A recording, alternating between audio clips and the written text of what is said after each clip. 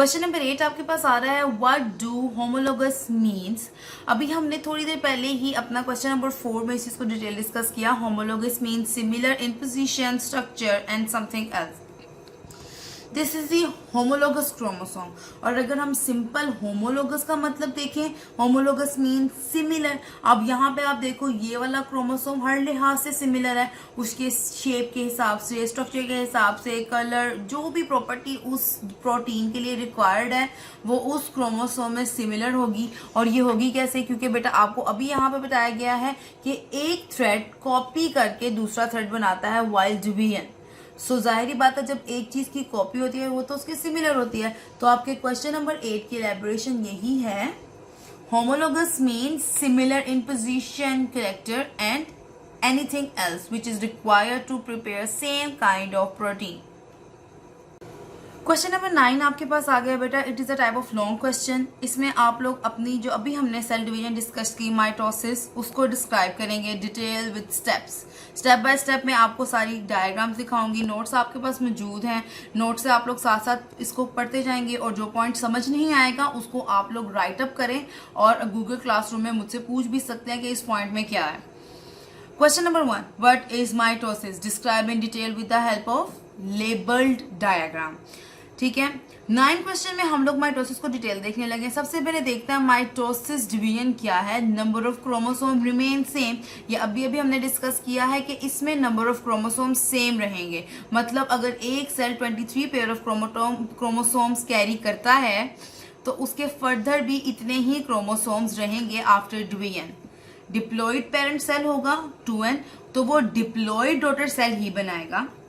Haploid parent cell होगा तो वो हेप्लॉइड ही बनाएगा, विच मीन्स अगर आपके पास कोई n number of parent cell है तो उसके n number of parent cell ही बनेंगे इन माइटोसिस। अब यहाँ पे भी वही बात है कि एक सेल आपके 2 न्यू सेल बनाता है इन माइटोसिस। 1 से 2 बनते हैं। ये 2 सेल्स अगर दोबारा करेंगे तो हर एक अपना अपना 2 सेल और बनाएगा। अब इसकी स्टेजेस पे चलते हैं। जाहिर बात है कोई भी काम एकदम नहीं होता, फर्दर स्टेप बाय स्टेप एक सीक्वेंस को फॉलो करते हैं।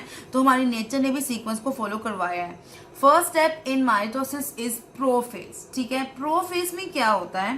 स्टेजेस डिवाइड हुई हुई है। कब आपका आपकी न्यूक्लियर एनवेलप बनेगा, कब न्यूक्लियर एनवेलप्स के अंदर से आपके पास जो मटेरियल है वो किस तरीके से क्रोमोसोम में जाएगा, वो सब।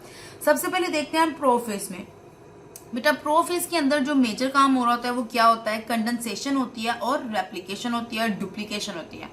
यहाँ पे देखो ये आपके पास सेल है। सबसे पहले आपका एक सिंपल डायग्राम, सेल है और सेल के अंदर न्यूक्लियस है और न्यूक्लियस के अंदर क्या चल रहा है? Nuclear material. उसके बाद जब टाइम ऑफ डिवीजन आ जाता है तो क्या होना शुरू होता है? थोड़े थोड़े चेंजेस होना शुरू होते हैं सेल के अंदर। फर्स्ट ऑफ ऑल क्या होता है? न्यूक्लियर मेम्ब्रेन, एक न्यूक्लियस है तो न्यूक्लियस मटेरियल इस न्यूक्लियर मेम्ब्रेन के अंदर जो है हमने कैरी किया होता है, सेल ने कैरी किया होता है। ठीक है, अब क्या होता है बेटा? ये न्यूक्लियर मेम्ब्रेन रप्चर होना शुरू होती है, मतलब आहिस्ता आहिस्ता डिसॉल्व होना शुरू हो जाती है, खत्म होना शुरू हो जाती है। और आपके सेल के अंदर मौजूद एक पार्टिकल होता है जिसको हम लोग सेंट्रियोल कहते हैं। These are centriole. इनकी भी डुप्लीकेशन होती है, ये भी 1 से 2 बन जाते हैं। अगर आप इसको सिंपल सेल में देखें तो सिंपल सेल में बेटा ये इस तरह का पेयर होता है एक साइड पे। जब डिवीजन का टाइम आता है तो ये भी 1 से 2 में चले जाते हैं, डिवीजन करते हैं, same type of division follow करके और इस तरह चले जाते हैं और ऑपोजिट एंड्स पे मूव करना शुरू कर देते हैं। उसी दौरान क्या हो रहा होता है? आपकी न्यूक्लियर मेम्ब्रेन भी टूट रही होती है और न्यूक्लियर मटेरियल भी कंडेंस हो रहा होता है, मतलब डेंसिंग उसकी हो रही होती है, वो भर रहा होता है, डिवीजन कर रहा होता है और आपके क्रोमोसोम्स इस तरह से फॉर्मेशन बनना शुरू हो जाते हैं। 1 थ्रेड क्रोमाटिन आपका सिस्टर क्रोमोसोम बना के, ये 1 थ्रेड होता है, ये सिस्टर क्रोमोसोम बना के प्रॉपर पूरा क्रोमोसोम फॉर्म कर लेते हैं। ठीक है, इसमें से कुछ एक आपको यहाँ पे दिखाए गए हैं। फर्दर फिर क्या होता है? न्यूक्लियर मेम्ब्रेन पूरी तरह डिसॉल्व हो जाती है और आपके जो क्रोमोसोम है वो आपके सेल के अंदर आ जाते हैं और सेंट्रियोल्स पूरी की तरह ऑपोजिट साइड पे चले जाते हैं। डुप्लीकेशन ऑफ क्रोमोसोम हो जाती है और स्पिंडल फाइबर्स की फॉर्मेशन हो जाती है। ये जो आपके ये जो सेंट्रियोल्स हैं इसके इर्द गिर्द आपको ये थ्रेड नजर आ रहे हैं, इसको हम लोग स्पिंडल फाइबर्स कहते हैं। ये भी आपके सेल के अंदर वाइल डिवीजन ही नजर आएंगे, उससे पहले आपको ये नजर नहीं आएंगे। अब हम चलते हैं इसके दूसरे फेज पे which is known as metaphase. Second phase को हम लोग क्या कहेंगे, मेटाफेज। मेटाफेज में बेटा क्या होता है, अटैचिंग होती है स्पिंडल फाइबर्स की और लाइनिंग अप होते हैं क्रोमोसोम इन अ सेंटर। अब यहाँ पे आपने देखा क्रोमोसोम्स न्यूक्लियर मेम्ब्रेन को ब्रेक करके बाहर आ चुके हैं, स्पिंडल फाइबर्स बन चुके हैं, सेंट्रियोल्स ऑपोजिट साइड पे चले गए हैं। यहाँ पे अगर हम देखें तो टोटल सेंट्रियोल आपके ऑपोजिट साइड पे एग्जैक्ट ऑपोजिट एक दूसरे को फॉलो कर रहे हैं और स्पिंडल फाइबर्स वहां से बाहर की तरफ निकल रहे हैं, एलोंगेट हो रहे हैं।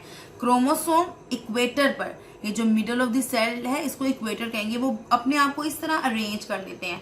यहाँ पे आपको सिर्फ 4 नजर आ रहे हैं, जरूरी नहीं है ये 4 ये काफी ज्यादा होते हैं, दिखाने के लिए जाहिर बात है 2D स्ट्रक्चर है तो इतना ही नजर आ सकता है। यहां से आपके पास ऐसे अलाइनमेंट हो जाएगी। फिर जब अलाइनमेंट होती है तो ड्यूरिंग मेटाफेज क्या होगा, ये स्पिंडल फाइबर एलोंगेट होंगे और आपके क्रोमोसोम को मिड पॉइंट पे आके उसके सेंट्रोमियर पे, ये जो क्रोमोसोम होता है आपके पास इस तरह से, जिस पॉइंट से ये क्रोमोसोम एक दूसरे को ज्वाइनिंग देते हैं इसको सेंट्रोमियर कहते हैं। इस सेंट्रोमियर पे आके आपके स्पिंडल फाइबर अटैच होंगे दोनों साइड से, दोनों एजेस से, हर क्रोमोसोम पे अटैच हो जाएंगे, ठीक है। और ये स्पिंडल फाइबर्स का अटैच होंगे और क्रोमोसोम ऑपोजिट डायरेक्शन में मूव करना शुरू करेंगे। अब आप चलते हैं एनाफेज में। थर्ड फेज है आपके पास एनाफेज। एनाफेज में बेटा क्या होता है, आपको मैंने बताया कि क्रोमोसोम्स क्या होंगे, ऑपोजिट साइड पे स्ट्रेच होंगे। इस तरीके से आपके जो आपके जो स्पिंडल फाइबर्स हैं वो ऐसे उसको पुल आउट करेंगे। पुल आउट किस तरह से, ये देखें, ये सेंट्रोमियर था, यहाँ पे आपके पास 2 सिस्टर क्रोमोसोम अटैच थे और ये स्पिंडल्स में ये दोनों ऑपोजिट डायरेक्शन में मूव करेंगे और यहां से इनकी ब्रेकेज होगी बिल्कुल सेंटर से। एक सिस्टर क्रोमोसोम एक तरफ और दूसरा सिस्टर क्रोमोसोम एक तरफ जाएगा। ये आपको इनकी सेपरेशन नजर आ रही है। इक्वेटर से मूव करना शुरू करेंगे ऑपोजिट डायरेक्शन में और एनाफेज के अंदर अंदर सारे के सारे क्रोमोसोम्स की ब्रेकेज हो जाएंगी। एक कॉपी एक सेल में और दूसरी कॉपी दूसरे सेल में चली जाएगी, ठीक है। और इसी दौरान आपकी जो सेल मेम्ब्रेन है, ये जो आउटर मोस्ट लेयर होती है इसको सेल मेम्ब्रेन कहते हैं, इसकी भी पिंचिंग स्टार्ट हो जाएगी फ्रॉम मिडल। जिस इक्वेटर पे आपके क्रोमोसोम अरेंज थे उसी इक्वेटर के ऊपर यहाँ पे पिंचिंग स्टार्ट हो जाएगी और हल्की हल्की ब्रेकेज शुरू हो जाएगी। लास्ट फेज है आपके पास टीलोफेज।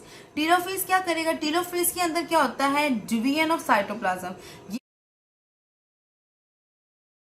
एक सेल के अंदर बहुत सारे ऑर्गेनेल्स होते हैं, न्यूक्लियस होता है और भी बहुत सारे ऑर्गेनेल्स हैं यहाँ पे। इसके अलावा जो यहाँ पे लिक्विड पोर्शन होता है सारा, जिसके अंदर सारे के सारे ऑर्गेनेल्स आपके फ्लोट कर रहे होते हैं, उसको हम साइटोप्लाज्म कहते हैं।